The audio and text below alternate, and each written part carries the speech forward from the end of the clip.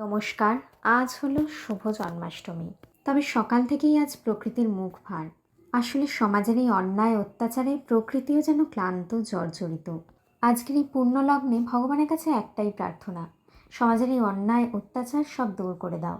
আর তিলোত্তমা যেন সঠিক বিচার পায়। এবছরও আমরা ছোট করে সাধ্যমতো জন্মাষ্টমী পালন করি। প্রতি বছরের ন্যায় এই বছরও আমাদের পুজোর পুরোহিত বাবাই।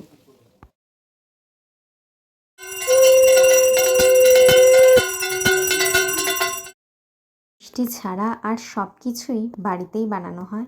মাই বানায় তালের বড়া, নাড়ু, লুচি, ক্ষীর, মালপোয়া। গোপনুর যা পছন্দ তাই আর কি।